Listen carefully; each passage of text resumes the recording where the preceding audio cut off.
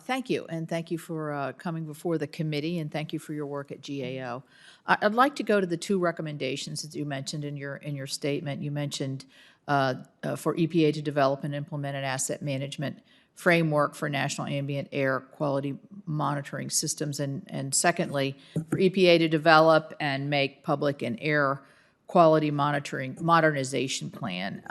You addressed this a little bit. I'm wondering, what has EPA done? Your study came out in two years ago. In the last 2 years to implement your recommendations. Yes, thank you for that question, Senator Capito. So we do follow up with our recommendations. First of all, EPA agreed with those recommendations. Right.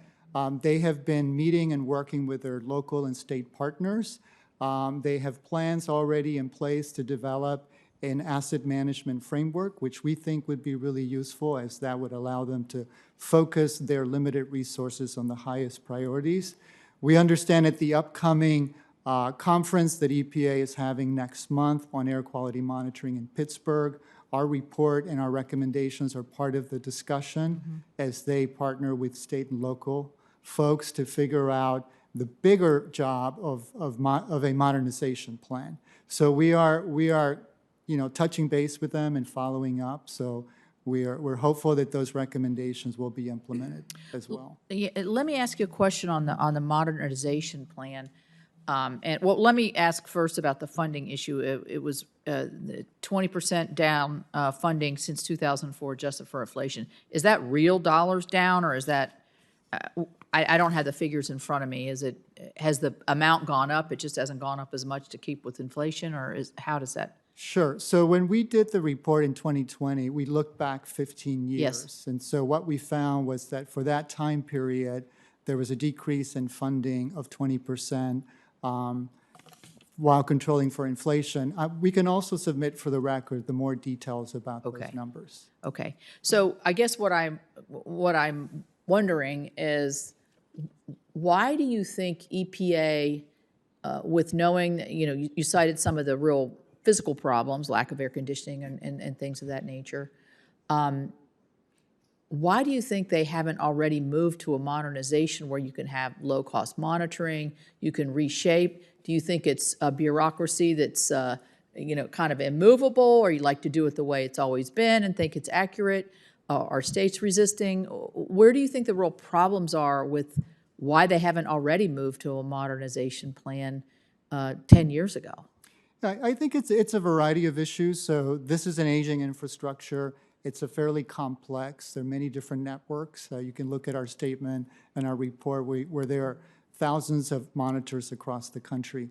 Now, EPA has been working with its local and state partners, especially as they're looking at these low-cost sensors to figure out where they can be deployed, what the particular uses of them could be. We just didn't see an overall plan where they're really focusing on this aging infrastructure and really coming up with ways to modernize it. Right. And so, and again, they're supportive. They're moving in that direction. So we're hopeful to see that come about.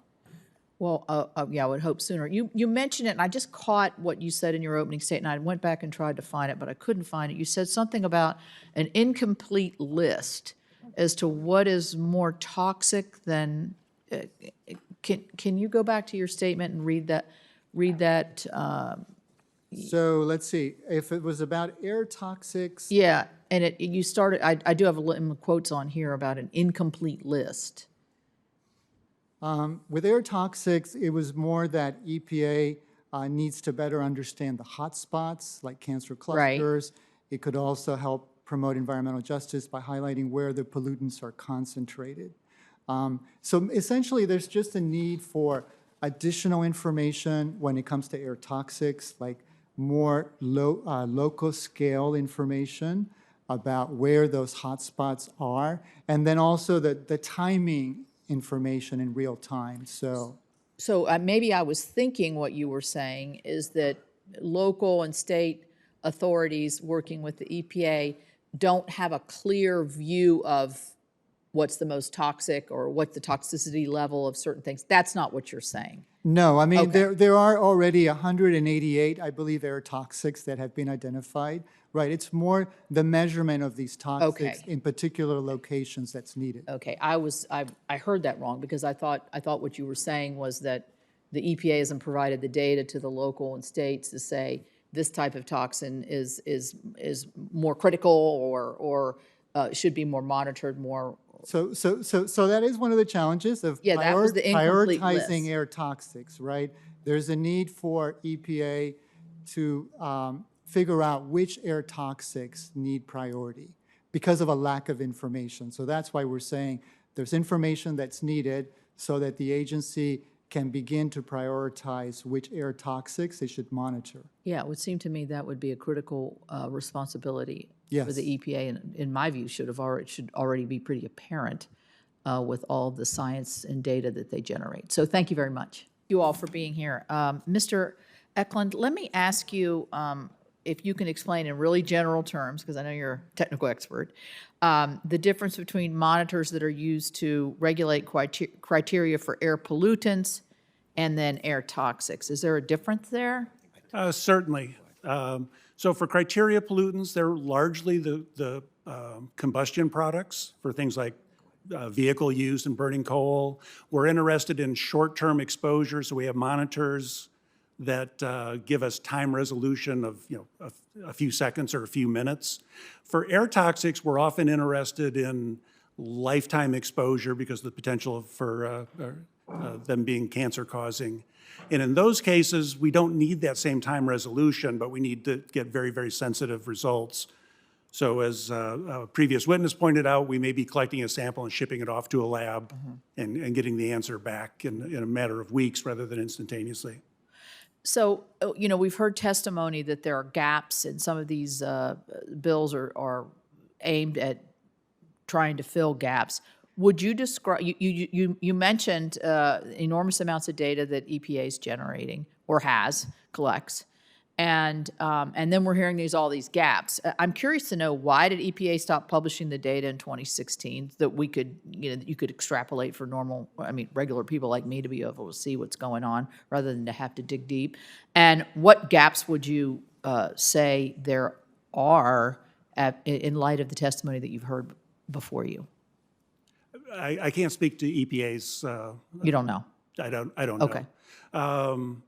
In terms of gaps, there are emerging pollutants, and the What would be an example of an emerging pollutant? well, PFAS is one, but also some of the things that were listed in Senator Duckworth's bill, ethylene oxide, formaldehyde. Right. And one of the issues is that the methods that we use to look at things around a refinery aren't good tools for those chemicals. And each of those chemicals presents some challenges from an analytical chemistry standpoint, and we wind up needing to spend a lot of money and effort to get data for one chemical at a time, as opposed to some of the existing methods that allow us to look at dozens or hundreds of chemicals with a single sample. Okay. All right. Mr. Isaac, I want to ask you about the Permian Basin, because domestic air emissions, including ground-level ozone, have fallen significantly over the past few decades, meaning our country has much cleaner air. But that has not stopped this administration from moving forward with plans to redesignate your area, the Permian Basin, as being in non-containment with the ozone standards. How would a finding of non-attainment with the ozone standard impact what goes on in the Permian Basin, and how do you interpret their interpretation? Well, and their interpretation is wrong. The EPA non-attainment areas should be based on vehicular traffic, and they're looking at remote areas where there is no vehicular traffic. And you're looking at one of the largest areas of production for oil and gas in this country. And so it would be absolutely catastrophic to put the EPA in non-attainment. And that's why our Governor Abbott has come out full throttle against this and will work diligently to make sure that this is not implemented over the Permian Basin, whether it's Texas or New Mexico. But that energy that we are producing is is really providing the fuel for this country and the rest of the world. And quite honestly, we need to be increasing production. We need to get the financial industry off of the backs of the oil and gas companies and the fossil fuel producers in this country. We need to get them to quit discriminating against responsible American energy producers. We need to get the government to get out of the way and get off the backs of these responsible energy producers so that we can be helping people that are facing troubles in Sri Lanka and Germany and France and the Netherlands and Ghana and South Africa that are just being crushed by energy poverty because they've adopted these policies to decarbonize their governments, their countries, which does nothing to improve the environment, but does everything to increase the cost of energy. So it's just another assault on the oil and gas industry. Thank you. We've heard that, and we've stated, both of us, and you all have as well, that the mercury levels have come way down over the last 20 to 30 years. Consistent with everybody's testimony is that the reason that we have any issues with this, I wouldn't say any, but issues with this is because of what goes on in China. So I'm curious to know, does China monitor their mercury emissions? Mr. Eklund, do you know?